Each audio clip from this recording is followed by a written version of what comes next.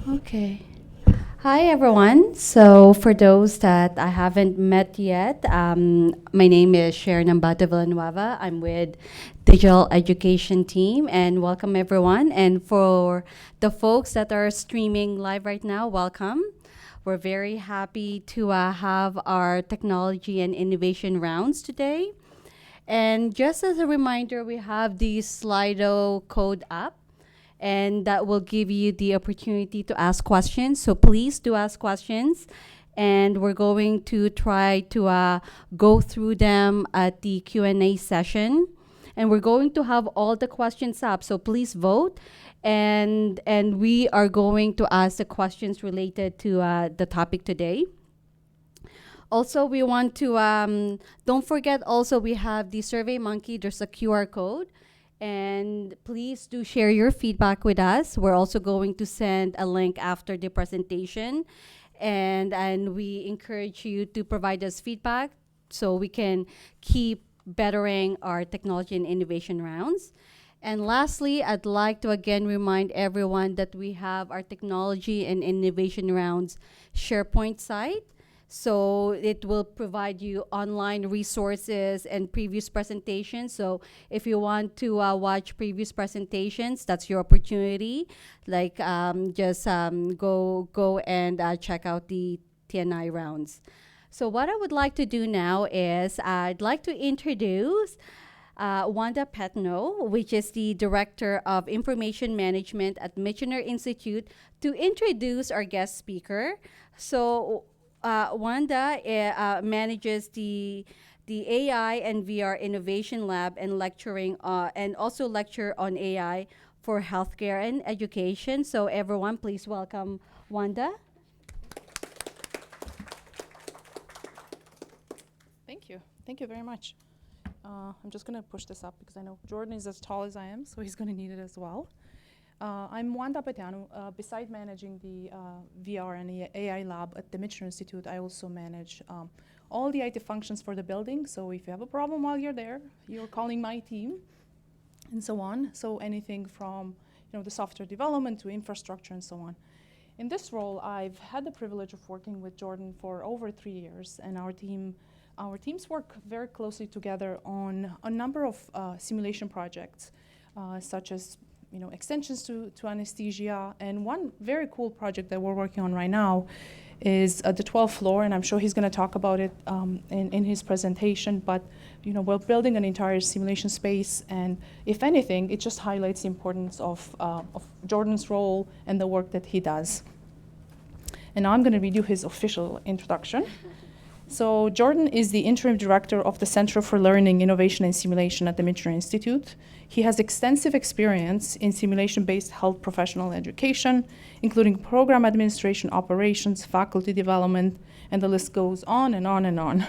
Jordan is one of those people that has his hands in multiple pots, and you can have a conversation with him from the business aspects, simulation, from technology, from anything. You can have really, that's one thing that I really enjoy in our relationship with Jordan. Jordan has a bachelor degree in electrical engineering from McMaster, a master's degree in education and digital technologies from University of Ontario Institute of Technology, and a clinical and teaching background in nuclear medicine and molecular imaging technology. He's also a certified healthcare simulation educator with the Society of Simulation in Healthcare, and is faculty with Simulation Canada. Well, after this very long introduction, I want to welcome Jordan up to the stage, and really, you're in for a treat. I've watched Jordan present multiple times. He's an excellent presenter, so I'm looking forward to his presentation. Oh, thank you, Wanda. Now my ears are red. That's a good way to start. Hi, everyone. Thank you for having me here. It's just always a pleasure to reach out to the broader UHN community. I'm a big fan of the work that you guys do in digital, and hoping to add some of the work that we do, or explain some of the work that we do, and do a bit of an overview. I'm actually not going to spend too much time today on the 12th floor project. That might be a case for another talk. I'm going to talk about one of my favorite things to do that I collaborate with many of my colleagues on, which is human simulation, and now its interface with technology. So the topic for today really is simulation for conflict de-escalation at this kind of training that we do in a case for virtual reality. So as for what our formal objectives are, I'm going to spend a little bit of time talking about what is simulation, what are some of the key features of simulation as an educational methodology. Just for some of you who may not know what simulation is, this might be kind of a repeat for some of you. And then I'm going to sort of walk you through some of the benefits of live human simulation and some of the limitations of live human simulation that we're hoping to address with this project. And then through that, we're going to describe a virtual reality application of human patient simulation applied to conflict de-escalation. But before I go any further, there's many people I need to thank. I'm a small part of this project, just here presenting for this team. First and foremost, I'd like to thank Wanda's team in information management. Wanda Pachano and Ross Woodruff, through their leadership of the AI and virtual reality kind of innovation lab, have really pulled my world into the 21st century. And we're starting to think about how can VR be an effective teaching and learning tool. I'm here representing the Missioner Simulation Program. My colleague is here, Carrie Knickel, Nancy McNaughton. We're involved with this project, and our wonderful SP trainer, Carrie Weir. We're here representing some of the work of the UHN Collaborative Academic Practice. So they do a lot of the new hire orientation. They worked a lot of advanced practice nurse educators who work with clinicians who are learning many of these skills. We've partnered with Baycrest Hospital, who have a lot of experience in geriatric care and dementia-related care. And we've also collaborated with the Ottawa Hospital Research Institute. So first of all, you may be wondering, what is simulation? So one of the definitions I really enjoy is this classic one that really relates it as a technique that replaces or amplifies real experiences with guided experiences that evoke or replicate substantial aspects of the real world in a fully interactive manner. So it's truly trying to replicate something that we do in real life. Let's say it's a clinical skill, like putting in an IV or something like that. And we do it in this way that's like a version of this reality that's not quite reality, but presents the learner with an opportunity to do this in a way that's safe and in a way that sort of builds up their experience and builds up their confidence without sort of throwing them into the fire and exposing them to real patients right away. Because we found that to be ethically challenging if we just do the old way of you do things for the first time on a real patient. So we see applications of simulation in healthcare. These are some of our lovely respiratory therapy students who are, looks like they're practicing doing some trach care. We see one of the pioneers in simulation was the aviation industry, and they do a lot of work in training pilots. And then what you're seeing here is not actually an airplane. This is a simulation of an airplane. So this is a very, highly authentic, high fidelity representation. It could be a, 747, hopefully not a 737. Won't get into that, but this is a training methodology for pilots to use in learning how to fly, and more importantly, learning how to do the crew resource management. So learning how to operate together as a team, and so that everybody has agency and everybody has a voice in the operations of the flight. We see it a lot as an emerging technology in training for military and police. So you see on the left, somebody, it looks like they're training on how to do, be a paratrooper, do a parachute. And on the right, we're seeing kind of a police application for probably identification of who's a suspect kind of thing. So this is interesting because this is where we're seeing VR as an advance in simulation, and that's kind of what I'll be talking about too.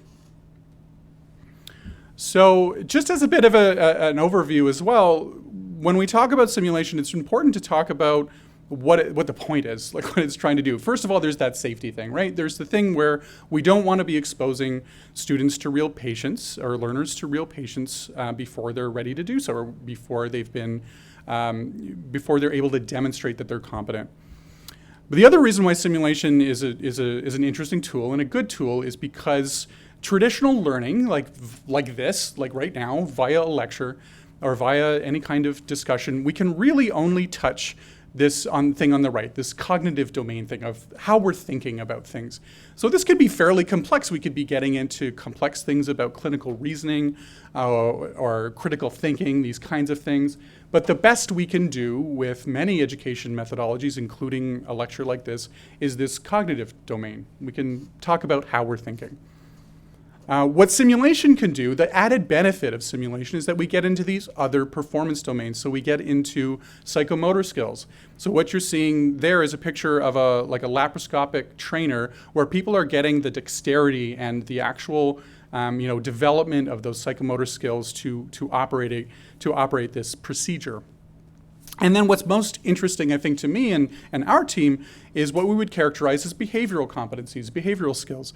So these are anything from communication, teamwork, situational awareness, compassion, all of these things that are difficult for us to measure, difficult for us to even describe what they are in many cases, but essential for many of our health professions. Just as an aside, this behavioral domain is probably what most of our employers, through various kind of ways, are pointing to as what they really see as as a key differentiator for our students graduating. Many students come out with really solid technical skills, like this cognitive psychomotor thing, but these behavioral skills are becoming more and more important for us to be providing a solid basis for our students. So bridging in then to how this project got started, we were approached by the folks at Collaborative Academic Practice at UHN. So primarily these are advanced practice nurse educators who are responsible for orienting all of the new staff who come into UHN, and they need to learn different clinical skills. They need to be oriented on the HR system. So that whirlwind education that everybody gets when they come in as new nurses or new phlebotomists, whatever they are, they run through this program. So one of the key objectives that they had was to develop an experiential opportunity for new hires to work with patients with delirium who may be exhibiting behaviors that start to escalate. So these may be patients who are highly confused. They may be patients who have situations where they are over-medicated or they become disoriented. And those situations, unfortunately, can often escalate to the point where these patients then are put under restraints. So physical restraints, right? So UHN is a minimum restraint organization. So this is really our mandate to use restraints as least often as possible because there's a lot of harm that can come to patients from the use of these restraints.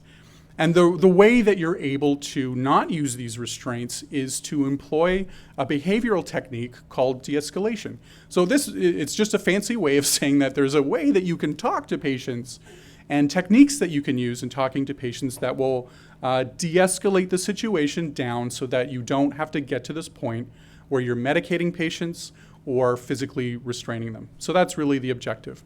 So the way that we do that is that if you see the gentleman on the right here, he's one of our what we call simulated participants, and he is our simulated patient, and he is a highly trained individual who is able to portray somebody who has delirium. And then we are able to, in real life, actually get people to step up and employ these skills to de-escalate the situation. So some characteristics of SPs that we work with, that they do have this authentic presentation. If you interact with one of these SPs, it would be very difficult to distinguish of a patient with delirium and somebody who's highly trained to portray a patient who has delirium. So that's a really key quality that we look for. They also have a calibrated affect, and affect is just a different word for kind of emotion. So what we mean by that is that there is a boundary to their presentation. They have delirium, and there's a presentation of that, but we kind of put an upper limit on it, and we put a lower limit on it to challenge our learners or challenge the participants at a level that's appropriate with their training. We don't want to throw them into a situation where they're being over-challenged or under-challenged. Neither are effective for education. What our SPs are also able to do, which is key for them as educational allies, is they do this thing called teaching and role. And what that really means is that if they're interacting with somebody, what they're able to do is provide cues for them on whether they're on the right track or not, kind of thing, right? So they have this very human characteristic of seeing, somebody is coming in and communicating with them. And let's say that communication is not very great.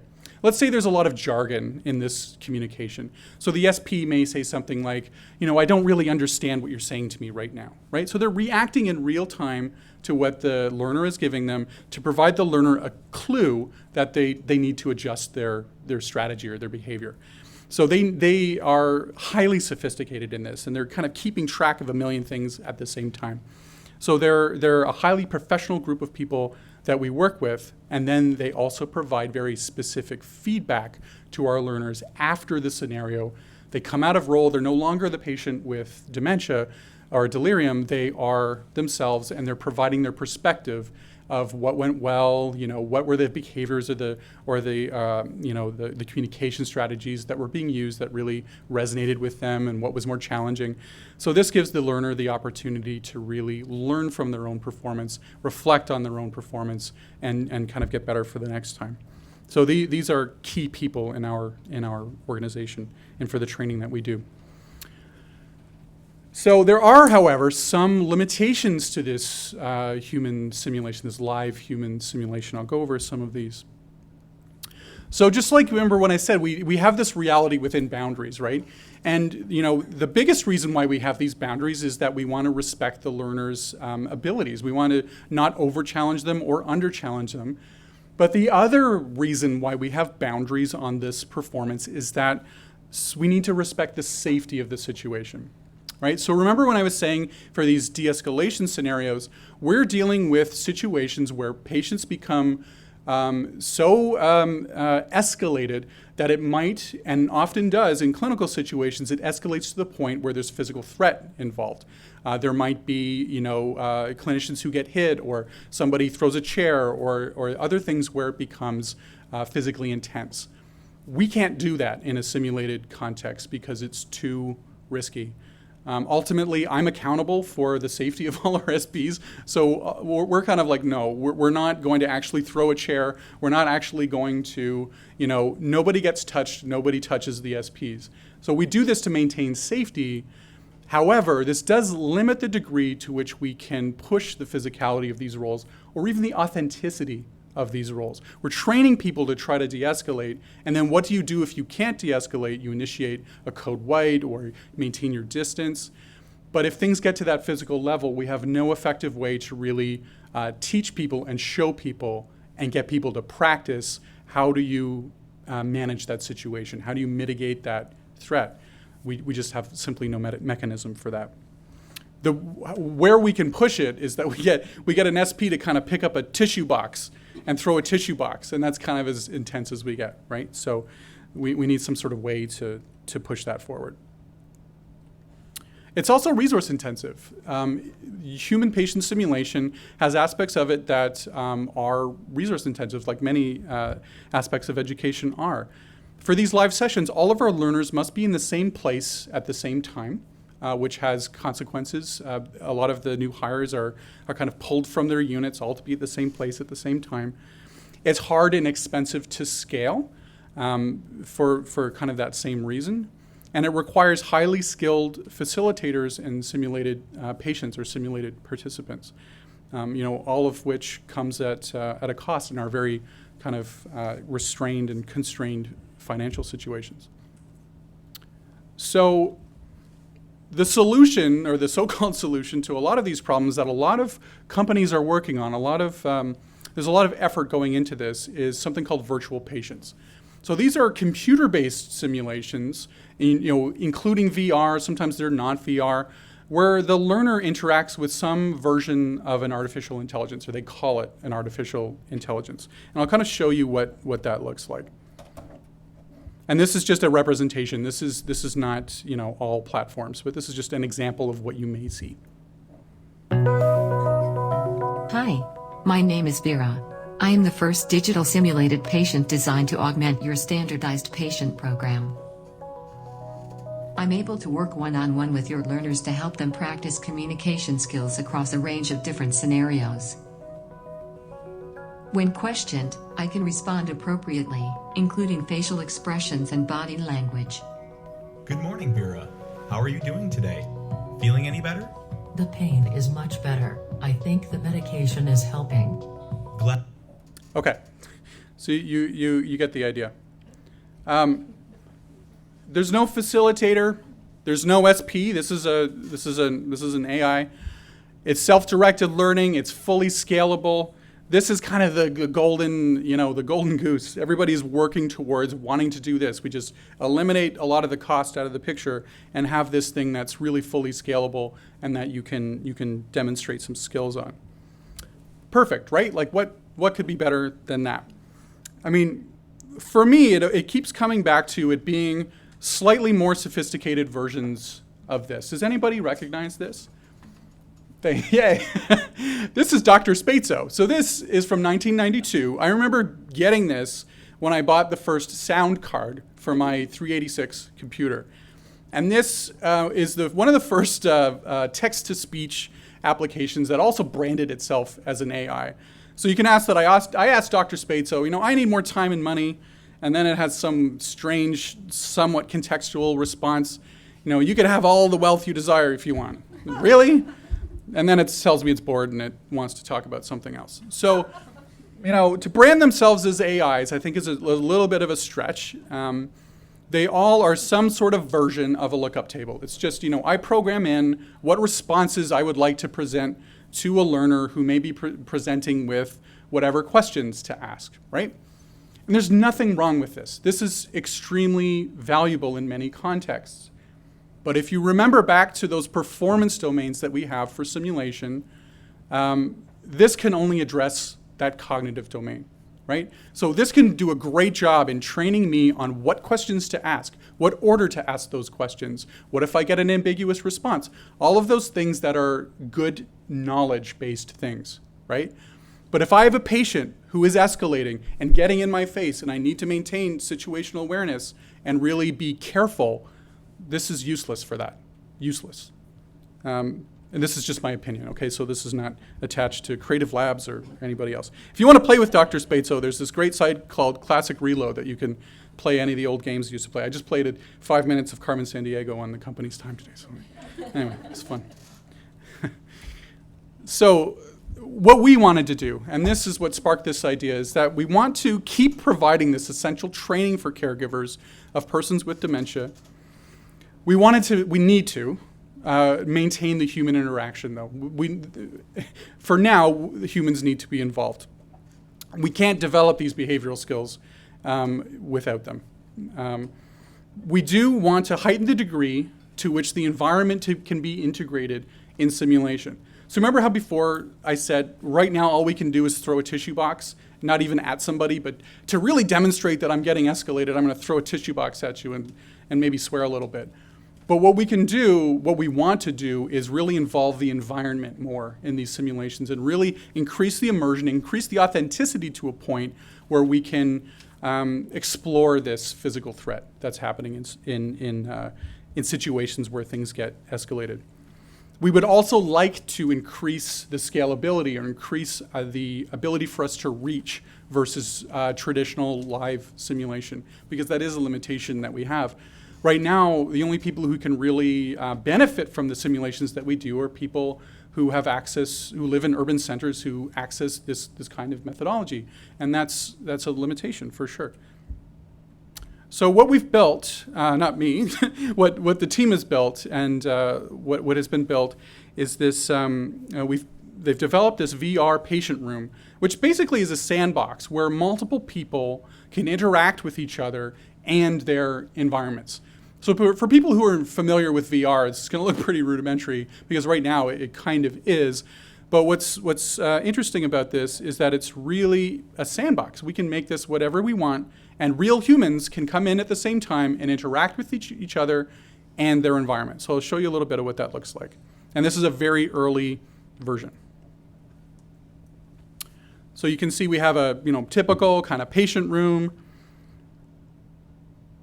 This is somebody in VR.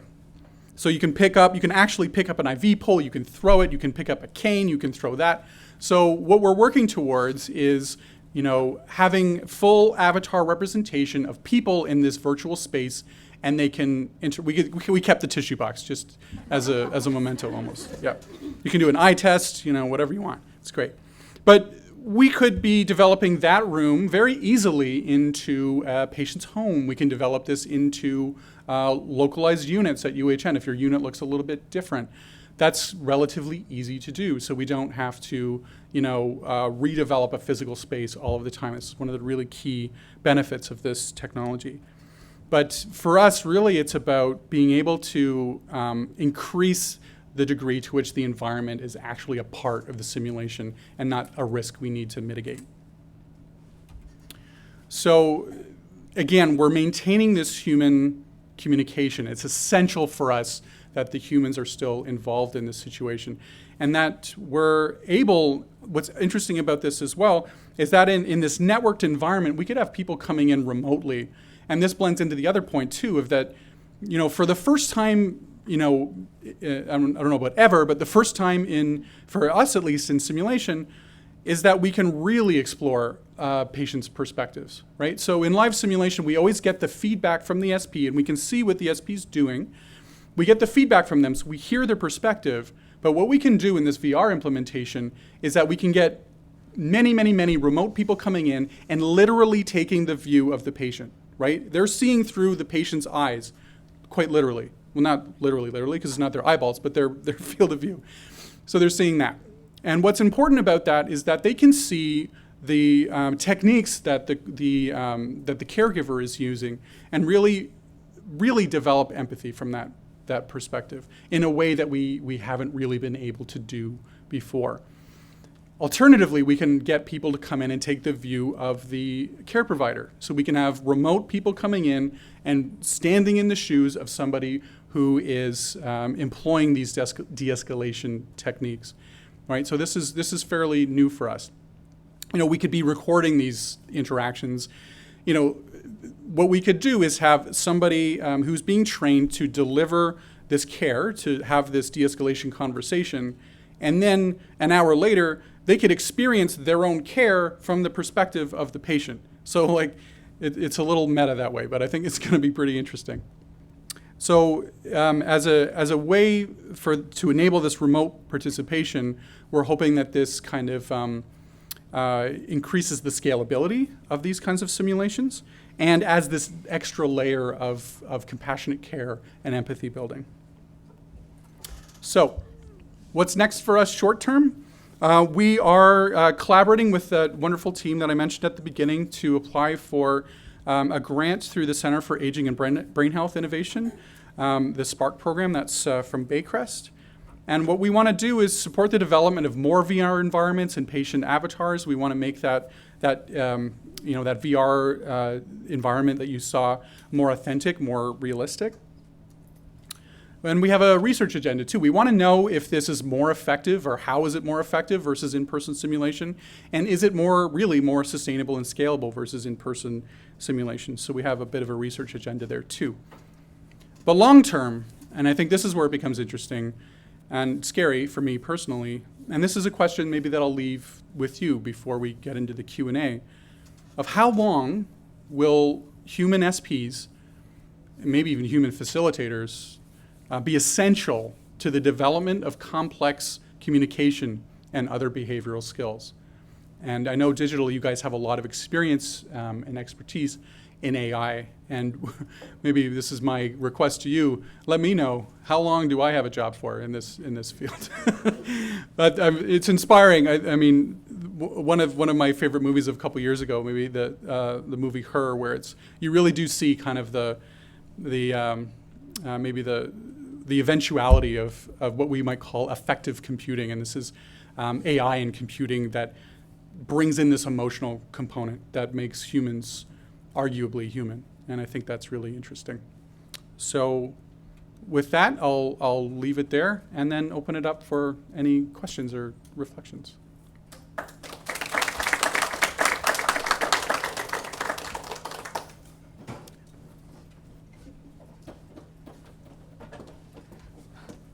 Thank you very much, Jordan. That was very interesting. So Mary Louise will moderating our Q&A. We'll just go to the Slido account. Okay. Oh, how do we do this? Join at Slido. It's not working. Oh.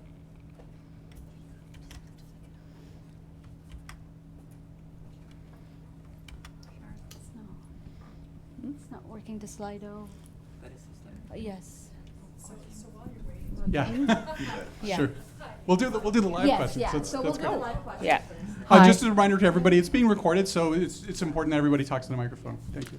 I'm just wondering if you want to share a little bit about what happened this morning in terms of our experimentation with the technology and the SP who was playing the patient, because Yeah. pretty cool. Yeah. Yeah, it was pretty cool. So we ran through a pilot version of this morning, actually, and unfortunately I just didn't have time to bring video or anything like that, but we had one of our advanced practice nurse educators who developed the curriculum for the live simulation, Aideen Carroll. She's wonderful. She works in a lot of psychiatric contexts, and she does a lot of the training for new hires and other health professions.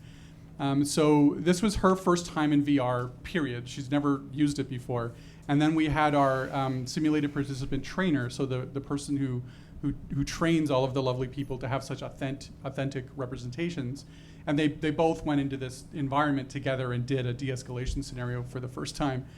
And it was pretty amazing because for two people both, of whom have never been in VR before, they got immersed immediately. And that was my experience with VR, but I'm a little bit more maybe tech forward than many people, but for both of them, it was just full immersion, and they were like doing the whole throwing chairs at each other and like that stuff. So it was pretty incredible. So we're really looking forward to building on that platform and what it can accomplish for us.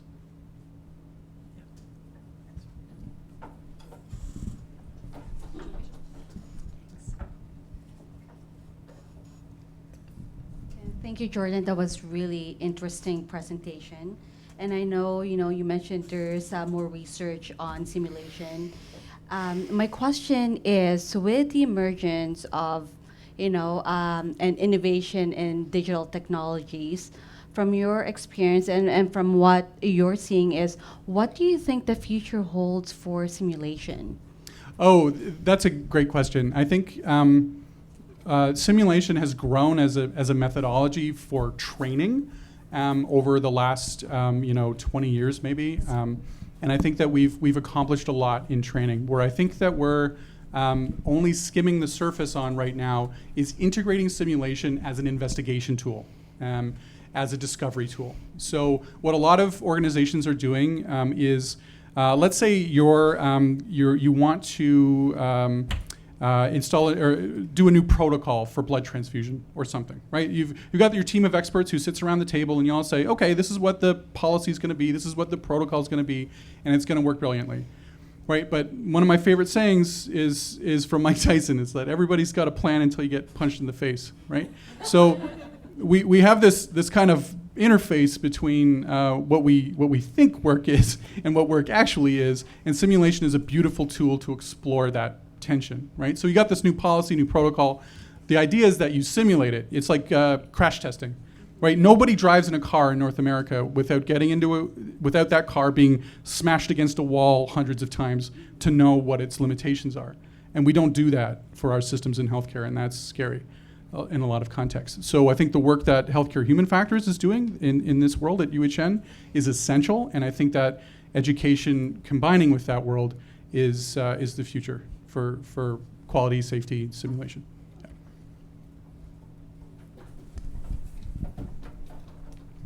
I just have a comment, actually. Being a former Michener student and being an MRI tech, something like this would be amazing when you're coaching a claustrophobic patient through a procedure, or doing a mammogram and maybe having a patient that's got a difficult diagnosis, and you have a lot of upset patients in mammograms at Princess Margaret. So I just think that this would be phenomenal for like a brand new radiographer, or anybody in allied health, or anybody in general. Just a comment. Yeah, no, thank you for that observation. There's a lot of work that's being done exactly on this kind of thing. I think like Sick Kids is using this and using VR as a technique to keep children engaged and distracted while they're going and getting a CT or other things. It's being used for like Alzheimer's patients to try to trigger memory, because you can do a recording of a place that they're very familiar with, right? So it's the applications of VR specifically, I think we're just touching the surface on. And as a training methodology for new health professions with new pieces of technology and things like that, we're just starting. And we don't need to buy a $2 million machine that's obsolete in 5 years to do it anymore, right? So I think that's the dream. Thank you.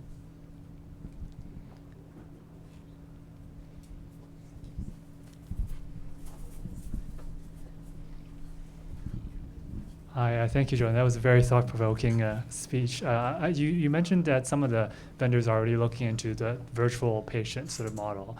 How interested are they in research and education such as yours about all the data they're generating from actual, simulated patients?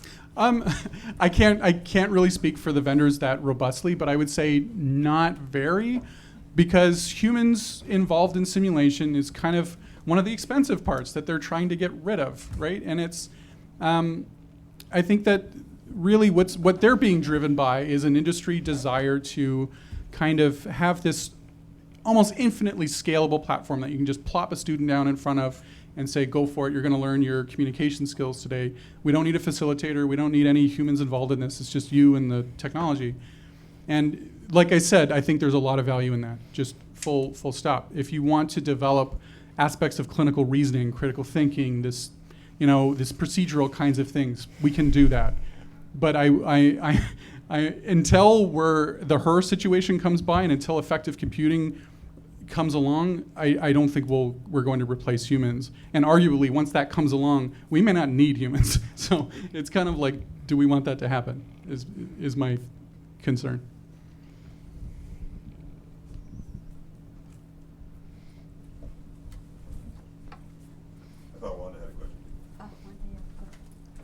Thank you. Just because you and I work very closely on this, I thought it would be helpful maybe to give people other examples of VR. It's just one of the things that we notice with other users is kind of saying, how do I use this? So I'm just thinking of anatomy and the surgical, just so people can think what are other examples that are being implemented or thought through.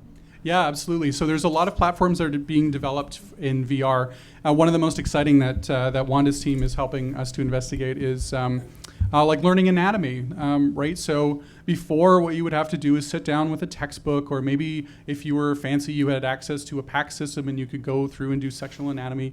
But it's really static. It's really hard to relate all of these, structures together, and then the physiology of how everything works together.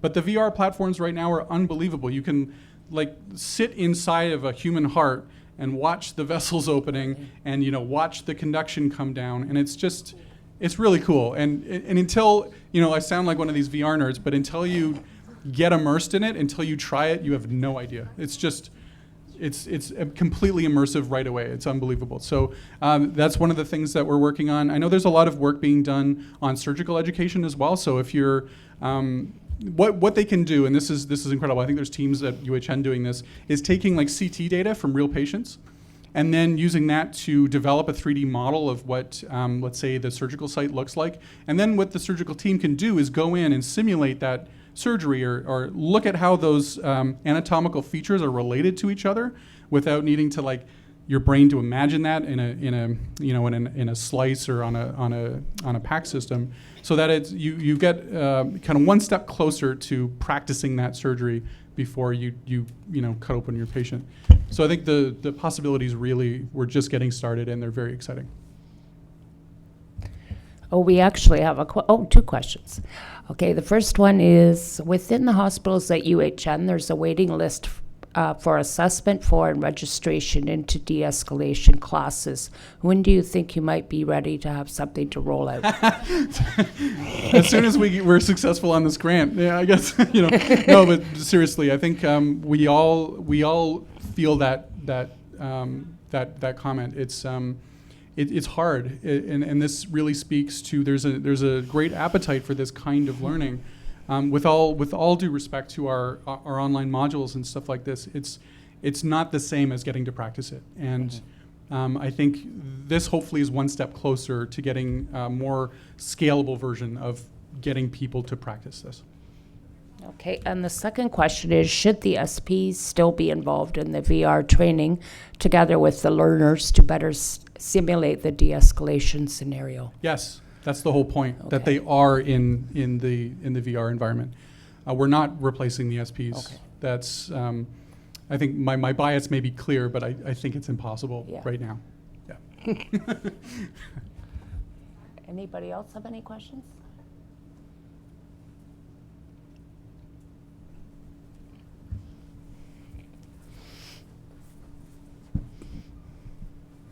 So, Jordan, do you see any potential barriers for learners and educators to use simulation as part of the learning environment?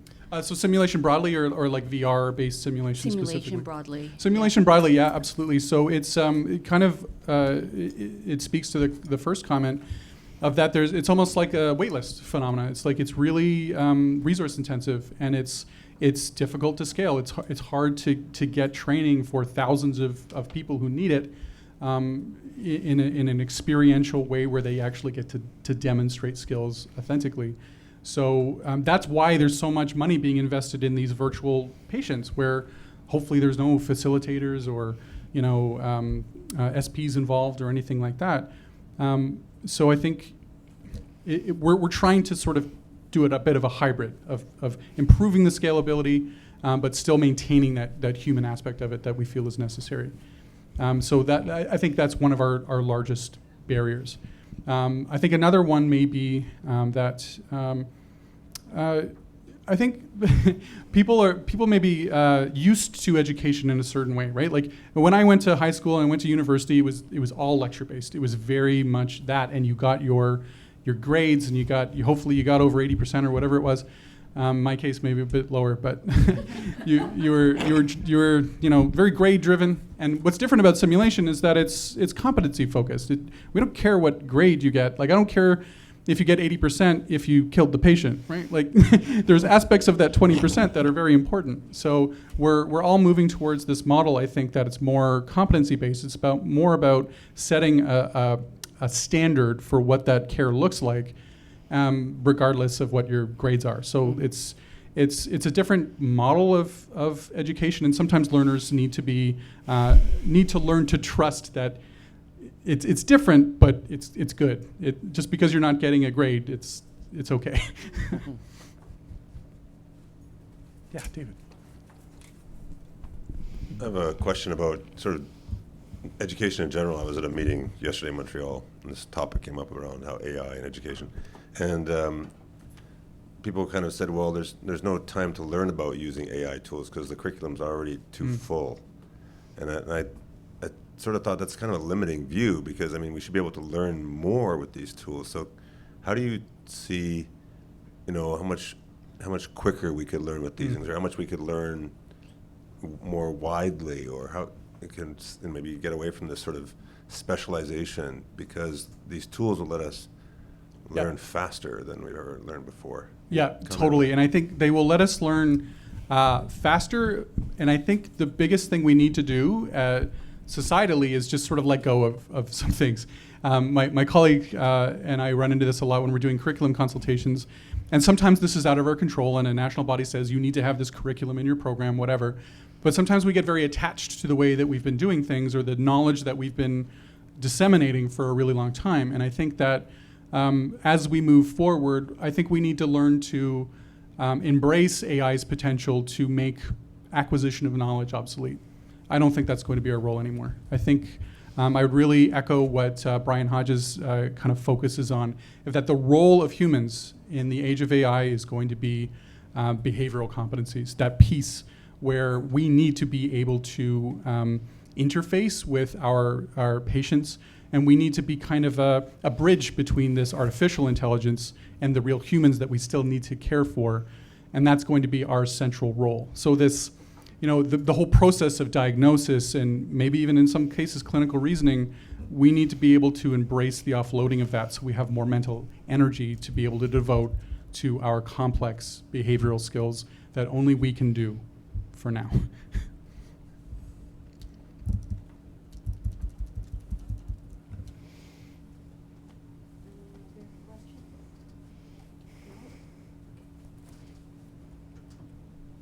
Thank you, everyone. I really, really appreciated you having me here.